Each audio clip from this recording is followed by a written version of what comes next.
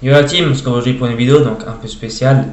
Dans cette vidéo, j'ai essayé de parler des Brooklyn Nets, notamment du fait que KD et Irving qui vont du coup recommencer la saison avec les Brooklyn Nets tous les deux la saison prochaine. Et je vais essayer de voir si ces deux joueurs peuvent permettre aux Brooklyn Nets de nouveau jouer les premiers rôles dans la conférence Est et d'être un candidat au titre NBA de la saison prochaine.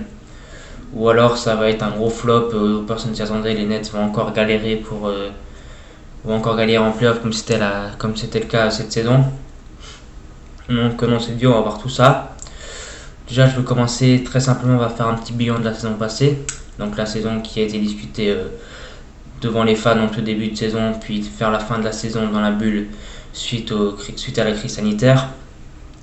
Donc déjà dans cette saison où ils n'ont pas discuté tous les matchs, ils finissent avec un bilan de 35 victoires pour 37 défaites. Ils finissent avec une 7ème place. Durant cette saison, on sait très bien que KD n'a pas discuté un match. Et aussi que Irving, bien qu'il ait une moyenne de 27,4 points, on peut se dire c'est énorme, c'est vraiment très fort ce qu'il a fait, mais il ne faut pas oublier que sur ces 27 points de moyenne, ont été faits sur 20 matchs disputés seulement. Il a disputé 20 petits matchs seulement avec les Nets, ce qui a fait qu'on a vu beaucoup de Spencer Dinwiddie cette saison, donc il a pu élever son niveau, faire des très très bonnes stats, de très très gros matchs en l'absence de Uncle Drew. Notamment cette saison, il a tourné à 20,6 points de moyenne, c'est-à-dire exactement son record en carrière. Donc l'absence de Irving lui a permis de se révéler son potentiel et son talent et de sortir sa meilleure saison tout simplement depuis son arrivée en NBA. Après il y a aussi Caris LeVert. Bon, lui il n'a pas non plus discuté le début de saison parce qu'il avait une blessure en fin de la saison dernière. Mais il a quand même revenu au cours de la saison, il a disputé 45 matchs. Pour des moyennes très correctes, il tourne à 18,7 points de moyenne. Ce qui est correct. Après dans la bulle, il a fait une très très bonne bulle d'ailleurs au passage, où il tourne à 20 points de moyenne dans la bulle et il a fait des très très bons matchs. Après tout ce qui est niveau collectif, comme j'ai dit, c'était pas une équipe qui était encore bien rodée, les joueurs doivent apprendre à se connaître et tout. Donc ils avaient un 5, l'absence d'Irving qui était tourné sur de Spencer Dinwiddie, Caris LeVert quand il est revenu, Joe Harris qui lui était toujours là, Taurean Prince et le bon vieux Jarrett Allen à l'intérieur qui ont fait le taf. Donc c'est vraiment une équipe pas trop mal qui est... Mais en revanche, même que c'est une très bonne équipe, c'est une équipe qui a l'air un peu en attaque. Parce qu'elle a un offensive rating de 108,9, ce qui la classe 22e au classement. Ce qui pour une équipe pour les Brooklyn Nets ça fait un peu tâche. Pour une équipe qui est censée retrouver avec Kyrie Irving, avoir beaucoup de scoring, surtout qu'un joueur capable de scorer comme tu dis, Dinwiddie, LeVert ou encore Irving quand il jouait, encore Joe Harris, des joueurs capables de scorer, de prendre feu, c'est tous des scoreurs s'ils peuvent. Après en revanche défensivement ils sont très très forts, ils ont 109,5 points encaissés, ce qui les classe dans le top 10 de la ligue. Ils étaient 9ème. Après comme j'ai dit ils ont un peu plus galéré dans la bulle, et ça c'est arrivé pour beaucoup d'équipes qui ont à la fois galéré ou alors en revanche d'autres qui ont plutôt fait une très très bonne bulle. Je peux très bien penser à Miami par exemple qui a été allé jusqu'en finale alors que personne ne les voyait arriver jusqu'en finale et taper les Bucks 4-1 comme ils l'ont fait. Donc après ils ont fini 7ème comme je l'ai dit, donc ils ont affronté en premier tour les Toronto Raptors. Donc là c'était déjà un très très gros morceau qui attendait les Brooklyn Nets sans Irving comme je le dis. Et malheureusement les Toronto Raptors n'ont pas fait dans le détail, ils ont sweepé les Brooklyn Nets sans forcer leur jeu quoi. C'est dommage que les Nets n'ont pas réussi à prendre un petit match face à Toronto, mais bon après Toronto on sait de quoi ils sont capables, ils ont quand même forcé les Celtics à prendre un game 7. Donc c'est pas n'importe quelle équipe les Raptors, c'est vraiment une équipe qu'il faut se méfier. Donc c'est vraiment une saison un peu... Je dirais pas que c'est plutôt une saison qui est à la fois mitigée et correcte sur certains points. Mais comme j'ai dit, mitigée par déjà le fait que Uncle Drew n'a joué que 20 petits matchs avec les Nets. Après, c'est aussi un point positif avec des joueurs qui sont révélés comme Spencer Dinwiddie qui se met, comme j'ai dit, sa meilleure saison en carrière, ou encore Caris LeVert qui a retrouvé tout son jeu et tout ça. Donc c'était une saison plutôt positive dans l'ensemble pour une première pour Irving Nets, même s'il n'a pas joué tous les matchs, il a joué comme un bench. Donc c'est un peu ça aussi. On va s'attendre à voir ce que ça propose la prochaine saison avec notamment le grand Kevin Durant. Donc on peut s'attendre à ce que ça fasse des étincelles. Donc maintenant je vais faire un truc sur la saison à venir. Qu'est-ce que je m'attends, comment les Nets vont l'aborder et tout ça. Et on va se poser beaucoup de questions, voir comment est-ce que les Nets par exemple peuvent-ils être le concurrent, le rival numéro 1 au Bucks pour la première place à l'Est. Sans oublier Miami qui est encore dans le coup, parce qu'on n'oublie pas que c'est vraiment une très très bonne équipe qui mixe à la fois expérience avec Jimmy Butler et des jeunes très talentueux avec Tyler Hero, Bam Adebayo, encore le bon vieux Duncan Robinson, très très gros shooter à l'avenir. Je pense que Steph Curry aura des soucis à se faire avec Duncan Robinson. Donc déjà, pour la saison à venir, on aurait potentiellement un 5 qui devrait ressembler à ça. On aurait donc Irving à la main, qui devrait se remettre de sa blessure. À l'arrière, je pense qu'ils vont mettre sûrement Caris LeVert. À l'aile, je pense qu'ils risquent de faire jouer Taurean Prince ou alors KD. À savoir lequel des deux, à mon avis, il y en a peut-être un qui va jouer poste 4. Donc je pense que ce serait peut-être plus KD qui jouerait dans raquette avec Jarrett Allen. Donc sur le papier, on aura un 5 vraiment pas dégueu, quoi. Avec deux grosses stars qui sont Kyrie Irving et KD. Après, on aura des jeunes joueurs à côté. Caris LeVert, on sait de quoi il est capable. Jarrett Allen, on sait que c'est un gros défenseur. On déplaise à tous les stars qui sont fréquentés par le grand Jarrett Allen. Il a beaucoup de monde dans sa panoplie de contre.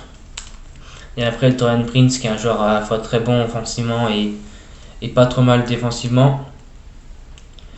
Après aussi, il faut voir beaucoup de trucs. Donc, déjà, si comment Irving va revenir de sa blessure, comment KD aussi lui va revenir de sa blessure, est-ce qu'il va revenir à 100%, est-ce qu'il va revenir un peu 80%, il faut voir si les deux joueurs arrivent à revenir à 100% de leur capacité. Et après aussi, ce qu'il faudrait voir, c'est aussi la relation qu'ils risquent d'avoir. Savoir s'ils auront une relation correcte, s'ils arriveront à bien s'entendre ou pas. Et puis aussi comment leur coach, le nouveau coach des Nets, ce bon vieux Steve Nash, va réussir à les encadrer. Comme il l'a dit Irving, c'est un joueur qu'il apprécie beaucoup. C'est un meneur, donc il risque forcément de s'entendre correctement avec le grand Kyrie Irving. Je pense qu'ils arriveront à se comprendre tous les deux en étant de très très bons meneurs. Après, je pense que on devrait s'attendre à, la même genre de relation que Irving avait avec LeBron James, c'est-à-dire plutôt un genre de lieutenant de KD. Je pense que ce sera plutôt la deuxième option des Nets, derrière KD en fin de match. Donc il pourra être là pour épauler le MVP en 2017 quand il passera à travers. Après, il faut voir aussi l'équipe, comment elle va prendre, si les deux joueurs vont réussir à s'intégrer avec les autres joueurs. Est-ce que Dinwiddie va continuer sur la lancée de cette saison, ou est-ce qu'il va un peu descendre en tempo. Pour voir tout ça, c'est beaucoup de questions qu'on va se poser. Après aussi, la saison n'a pas encore débuté, donc on sait très bien que cet été il y aura du mouvement en NBA, donc c'est pas impossible que les Brooklyn Nets soient dans les discussions, notamment une trade qui risque de faire beaucoup parler si elle arrive. Il y a une rumeur comme quoi c'est arrivé il y a quelques semaines, parce qu'il y avait des pubs justement à Spencer Dinwiddie qui était que les Nets étaient vraiment très très intéressés par un joueur comme Jrue Holiday et qui serait prêt à inclure Dinwiddie dans le package pour l'envoyer à New Orleans. Ce dernier d'ailleurs qui n'était pas très content à l'idée d'être envoyé à New Orleans, qui n'avait pas envie de jouer pour les Pelicans, il préférait rester aux Nets. Bon, soit si les Nets arrivent à choper un joueur du calibre de Jrue Holiday, je pense que ça peut faire saliver sur le papier. C'est un très très bon joueur, c'est un bon role player. Je serais même pas. Il a tout le temps été là quand il jouait avec Anthony Davis. C'était vraiment le duo qui faisait des misères à New Orleans durant les années AD. Donc je pense que s'il arrive à choper un Jrue Holiday, ça peut être très très intéressant. Après, je sais pas, je pense que s'il le recruterait, je pense que ce serait du coup pour le faire starter. Donc à voir si Taurean Prince risque de sortir du banc, ou alors même Caris LeVert sera peut-être le 6ème homme. Dans ce cas-là, on aurait pu un backcourt contre Irving et Holiday qui aurait franchement de la gueule. Puis à côté de ça, vous aurez un KD Allen à l'intérieur.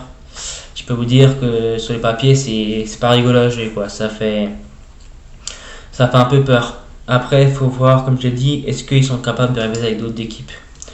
Genre, est-ce qu'ils seront capables de rivaliser avec des équipes comme les Bucks? Pour citer qu'eux qui ont été toujours. Ça fait 2 saisons de suite qui sont en back-to-back, premier de la ligue, premier de la conférence Est. Donc ça va pas être facile de les détrôner de la conférence Est. Après, il faut voir aussi les autres équipes, comment elles se comportent, notamment les Sixers, qui ont vécu une saison très très compliquée. Ils ont recruté Doc Rivers comme nouveau coach. Voir comment le Doc va s'occuper de Joel Embiid et tout ça. Après, il y a encore d'autres équipes. Le Heat, je pense qu'on peut compter, on pourra compter sur eux. Les Celtics, il faut voir aussi ce qu'ils proposent. Les Raptors sont toujours présents aussi, qui sont là pour faire jouer les trous de tête. Donc, à mon avis, on aura une lutte acharnée cette saison à la conférence Est avec le retour sûrement des Nets au premier plan avec la relation entre KD et Irving. Après, qu'est-ce que je pense de la saison à venir pour les Nets? Je pense que pour moi, c'est une équipe qui peut facilement prétendre à finir dans le top 3 de la conférence Est. Pour moi, ça serait. Je pense qu'ils peuvent finir top 3, ça pour moi, ça serait peut-être le minimum. Après, finir top 5, c'est pas non plus mauvais. Mais je pense que c'est avec les joueurs qu'ils ont, notamment avec les joueurs comme KD Irving, s'ils finissent pas dans le top 3, ça serait presque une mauvaise régulière pour eux. Parce que je pense que c'est une équipe qui doit sur le papier avoir l'avantage du terrain en playoff. Enfin, je veux dire, en finissant minimum 4 au premier tour, tu vois. Donc je pense qu'il faut qu'ils aient l'avantage du terrain au premier tour. Si c'est pas le cas, ça sera pas une bonne régulière qu'ils auront fait. Après, comme j'ai dit, il y a toujours trade pour voir ce qu'ils vont proposer cet été, ce qu'ils veulent recruter, ce que Steve Nash veut comme joueur dans son équipe pour pouvoir encore plus jouer les premiers rôles. Donc je pense que on pourra avoir des beaux matchs si on regarde les Brooklyn Nets. C'est une équipe qui a beau avoir joué. Donc je pense qu'on va regarder très très près les Nets cette année. Je pense que je vais les regarder très près aussi. C'est une équipe qui va faire saliver beaucoup de gens. Après, c'est sûr que les derbys de New York vont être un peu moins équilibrés qu'il y a quelques années. Je pense que les Nets vont essayer de prendre la suprématie de New York, bien que les Knicks, je pense, n'ont pas su faire. Qui d'ailleurs eux aussi aimeraient faire quelques trades, notamment qui seraient prêts à absorber un gros contrat tel que celui de Chris Paul ou encore celui de Russell Westbrook. Après, voir si le Thunder ou le Rockets seraient prêts à lâcher une de leurs stars pour récupérer des jeunes prometteurs en retour, que ce soit Julius Randle notamment, ou des tours de draft. Faut voir ce que ça va proposer. En tout cas, ce qui est sûr, c'est que toutes les équipes ne vont pas être inactives cet été pour recruter du monde. Après, ma prédiction pour les Nets, je pense que ça peut. Ce que je cherche à savoir, c'est est-ce qu'ils peuvent vraiment terrasser les Bucks. Après, au vu de la fin de saison des Bucks, on peut se dire que le Heat a quand même ouvert une brèche pour montrer à peu près la faiblesse de temps en temps des Bucks. Donc je pense que les Nets pourraient espérer finir premier de la conférence Est. Après, il faudra aussi voir en playoff s'ils sont capables de rivaliser avec des équipes comme les Lakers ou les Clippers qui ont aussi deux superstars. Donc imaginez-vous un petit Nets Lakers en finale NBA, un petit LeBron vs KD, ça peut être quelque chose, ou encore Irving vs AD. Donc on peut s'attendre à aussi des très très beaux duels entre ces deux équipes. Donc maintenant savoir si est-ce que les Nets peuvent être un favori au titre, ou est-ce que ça va être plutôt un outsider, une équipe qui peut faire des bonnes choses mais qui n'est pas pour autant favori. Après, comme moi je pense qu'il faut se centrer sur voir les premiers matchs pour voir comment KD et Irving vont jouer ensemble, afin de savoir si on peut s'attendre à une grosse saison de la part des deux joueurs, et aussi savoir s'ils vont récupérer 100% de leur capacité et revenir au top de leur forme. Donc après, il faudra avoir tout plein de choses comme ça. En tout cas, ce qui est sûr, c'est que les Nets, on va regarder de très très près. Après, c'est sûr que, comme j'ai dit, si Comme je l'ai dit, c'est peut-être soit ça peut être un flop aussi, mais si c'est un flop incroyable, ça va faire parler, ça va être montré du droit, surtout pour un joueur comme Kyrie Irving qui n'a jamais été, qui a souvent été monté du droit, que ce soit au Celtics durant son passage où il n'a pas fait grand chose, même là cette année avec les Nets où il n'a pas fait de très bonnes choses. Après, c'est aussi beaucoup surtout Irving, c'est des joueurs qui sont assez fragiles physiquement. Faudra aussi vérifier le point blessure de ces deux joueurs, s'ils vont éviter au mieux de jouer le plus de matchs possible et d'arriver en forme en playoff pour pouvoir conquérir le titre Larry O'Brien.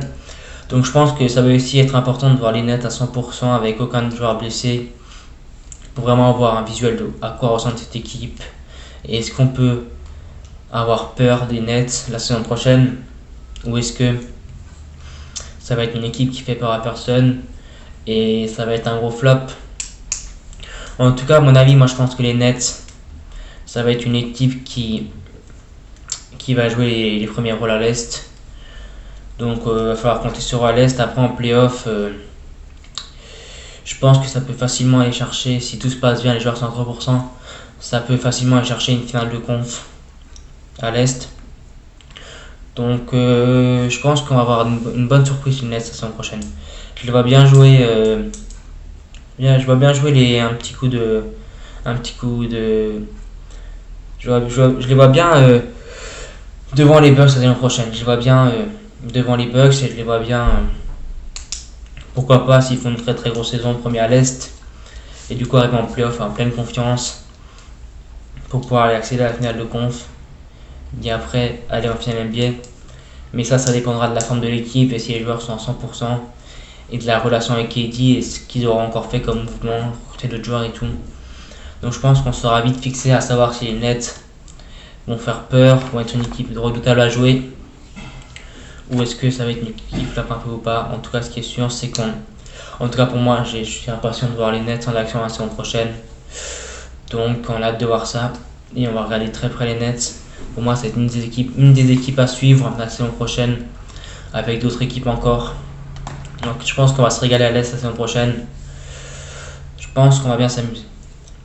Donc n'hésitez pas à me dire ce que vous pensez des Nets, si vous les voyez bien haut la saison prochaine, si vous les voyez plutôt encore en galère, et est-ce que vous attendez des joueurs comme KD, Irving qui vont faire avec les Nets, est-ce qu'ils vont faire des ravages, est-ce que leur relation va être super. N'hésitez pas à me dire tout ça en commentaire, et surtout prenez soin de vous les gars, ciao ciao.